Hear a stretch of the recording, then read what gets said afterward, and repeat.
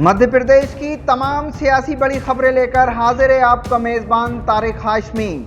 तारिक हाशमी का अभिवादन स्वीकार कीजिए और डालते हैं मध्य प्रदेश की बड़ी सियासी खबर पर नज़र खबरनामा में। मध्य प्रदेश के मंत्री गोपाल भार्गव ने रोजगार को लेकर विवादित बयान दिया है। उन्होंने कहा है कि मध्य प्रदेश में 8 करोड़ से ज़्यादा की जनसंख्या है, ऐसे में सभी को रोजगार देना संभव नहीं है। गोपाल भार्गव की बाइट सुनिए। देखिए, सारे लोगों को रोजगार देना शासकीय काम है, क्योंकि मध्य प्रदेश की जनसंख्या भी अब 8 करोड़ से ज़्यादा होगी और देश की तो 135 करोड़ से ज़्यादा है। सारे लोगों को सरकारी रोजगार देना संभव नहीं है। वैसे भी मध्य प्रदेश का 65% बजट जो है वो सिर्फ वेतन में जा रहा है, अनुत्पादक व्यय है, और 35% जो बचता है जो वो बिजली में, सब्सिडी में और भी अन्य को ऐसे मदों में जाता है कि हमें सड़क की, पानी की, सिंचाई योजनाओं की, अन्य प्रकार की बिजली। आज मध्य प्रदेश में यदि 100 रुपया की बिजली हम किसान को दे रहे हैं तो उसके ऊपर आपको सुन के आश्चर्य होगा कि 85 रुपये की सब्सिडी है, 15 रुपये से उपभोक्ता का लग रहा है, किसान का लग रहा है, 85 रुपया सरकार की तरफ से बिजली कंपनियों को दिया जा रहा है। तो ये जो घाटे की व्यवस्था है पूरी, इसी कारण से ये सारी की सारी बात है। यदि हमें 100 रुपया का राजस्व मिलता है तो हम वेतन पेंशन में उसका 65% खर्च कर रहे हैं। तब ये हम यदि सरकारी नौकरी में और ज़्यादा देंगे तो ये मान के चलो कि धीरे धीरे 80-90% हो जाएगी, तो राज्य में विकास की स्थिति पूरी गति जो है वो रुक जाएगी, क्योंकि उसके लिए धन की आवश्यकता है, या फिर हमें कर्जा लेना पड़ेगा। तो सेल्फ स्टार्ट जो है या स्टार्टअप जो योजना है, बैंक की फाइनेंस के माध्यम से या स्वतः कोई उद्योग खड़े करें, उनके माध्यम से प्रवृत्ति बढ़ना चाहिए, जहाँ तक मैं सोचता हूँ। और उससे ज़्यादा क्या हो सकता है।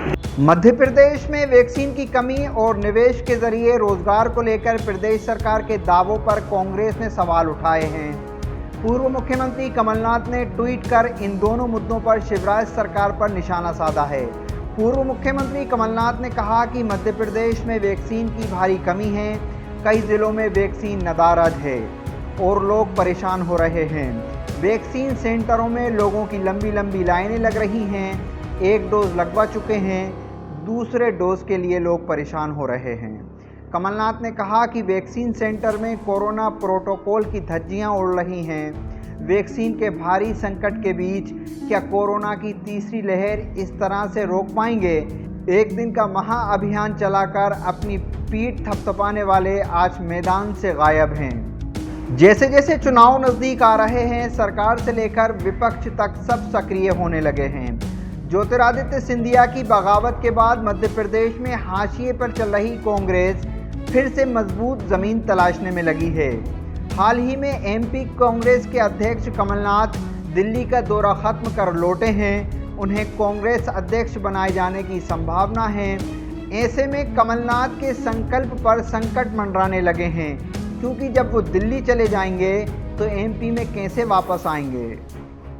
कांग्रेस की राष्ट्रीय राजनीति में बड़ा पद सौंपे जाने की संभावनाओं के बीच कमलनाथ अपना दिल्ली दौरा खत्म कर भोपाल लौट आए हैं। खबर है कि कमलनाथ कांग्रेस का कार्यकारी अध्यक्ष बनने से इनकार कर आए हैं और एमपी संगठन को मजबूत करने का नया फॉर्मूला लेकर दिल्ली से भोपाल लौटे हैं। एक तरफ जहां दमोह उपचुनाव में हार के बाद बीजेपी फूंक फूंक कर कदम रख रही है, वहीं कांग्रेस बीजेपी का किला भेद कर अपने जख्म भरना चाहती है। आगामी समय में खंडवा लोकसभा के अलावा पृथ्वीपुर, जोबट और रैंगवा विधानसभा क्षेत्र में उपचुनाव होना है। इसके अलावा नगरीय निकाय चुनाव और पंचायत चुनाव पर भी दोनों दलों की मजबूत नज़र गड़ी हुई है। बीजेपी दमोह चुनाव में हार के बाद नए सिरे से समीकरण बैठा रही है, क्योंकि आगामी समय में एक लोकसभा और 3 विधानसभा उपचुनाव के साथ ही निकाय और पंचायत चुनाव भी होना है, जिसके लिए बीजेपी के सेनापति अपनी बटालियन तैयार कर विपक्ष को पस्त करने की रणनीति बना रहे हैं। वहीं दमोह का दंगल जीतकर खुश होती कांग्रेस, ज्योतिरादित्य सिंधिया की बगावत से उपजे जख्म का अब तक कोई इलाज नहीं ढूंढ पाई है।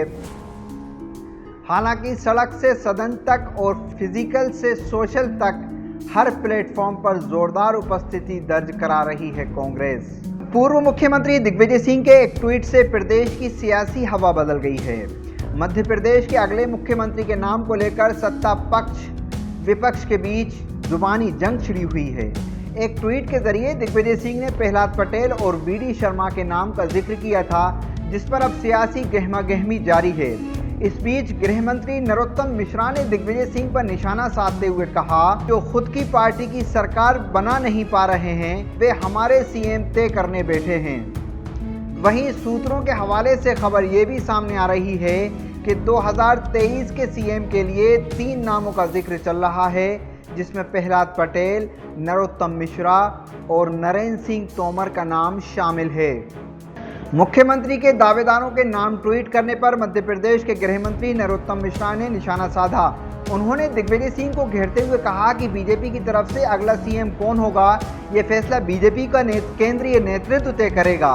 दिग्विजय सिंह जो अपनी बिगड़ी नहीं बना सके, खुद की पार्टी की सरकार बना नहीं पा रहे हैं, वे हमारे सीएम क्या तय करेंगे।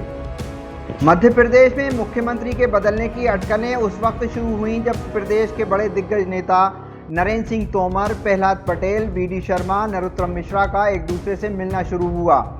दिल्ली में नरेंद्र सिंह तोमर के साथ प्रहलाद पटेल और संगठन महामंत्री सुहास भगत के साथ दिल्ली में बीजेपी के प्रदेश अध्यक्ष वीडी शर्मा की बैठकें हुई। हालांकि इस पर विराम तब लग गया जब बीजेपी प्रदेश प्रभारी मुरलीधर राव और बाकी अन्य नेताओं ने कहा कि शिवराज ही मुख्यमंत्री हैं और रहेंगे। पेगासस प्रोजेक्ट के जरिए कथित जासूसी मामले में मध्य प्रदेश के मुख्यमंत्री शिवराज सिंह चौहान ने मंगलवार को कांग्रेस पर वार किया है। उन्होंने इस मामले में विपक्ष की घिनौनी साजिश बताया। उन्होंने कहा कि भारतीय लोकतंत्र को बदनाम करने की इंटरनेशनल साजिश है। इतना ही नहीं, शिवराज सिंह ने कहा कि इतिहास गवाह है कि कांग्रेस जासूसों से भरी पार्टी है। उन्होंने आरोप लगाया कि तत्कालीन यूपीए सरकार में 9000 फोन कॉल टेप किए गए थे।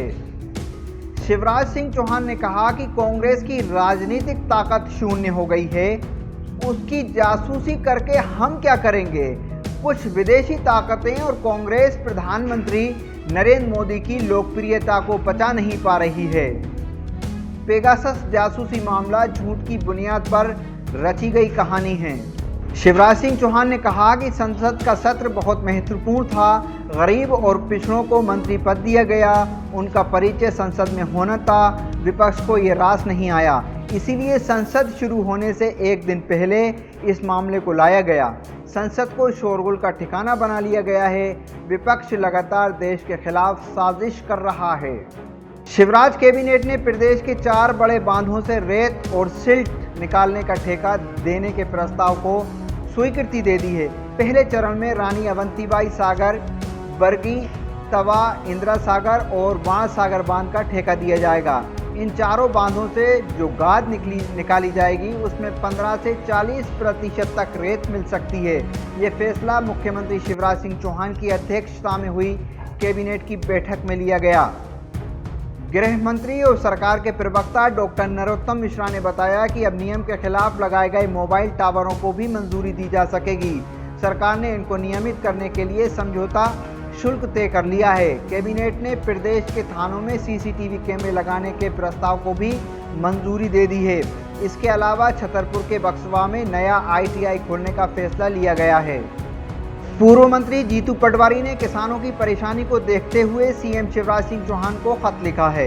2 पेज के इस खत में पटवारी ने कहा है कि कर्ज माफ़ी नहीं होने से किसान परेशान हैं। ऐसे में नकली खाद बीज ने तो उसकी कमर तोड़ दी है, उससे बहुत ज़्यादा आर्थिक नुकसान उठाना पड़ रहा है। आपके कृषि मंत्री ने इस बार किसानों को सोया की फसल नहीं बोने की सलाह दी थी, उसी को मानते हुए बड़ी संख्या में किसानों ने मक्के की फसल बो दी है। इस सलाह के बाद अब मध्य प्रदेश को मिला सोया स्टेट का तमगा छिनने की कगार पर है। हालांकि अब हमारी यही मांग है कि मक्के की खरीद समय पर और समर्थन मूल्य पर हो, जिससे किसान को भटकना ना पड़े। तो आज खबरनामा में फिलहाल इतना ही। कल आपसे फिर मुलाकात होगी। मध्य प्रदेश की तमाम सियासी खबरों के साथ अपने मेज़बान तारिक हाशमी को दीजिए इजाज़त। अपना दोस्तों, रिश्तेदारों और आसपास के सभी लोगों का बहुत ख्याल रखिएगा। बहुत बहुत शुक्रिया।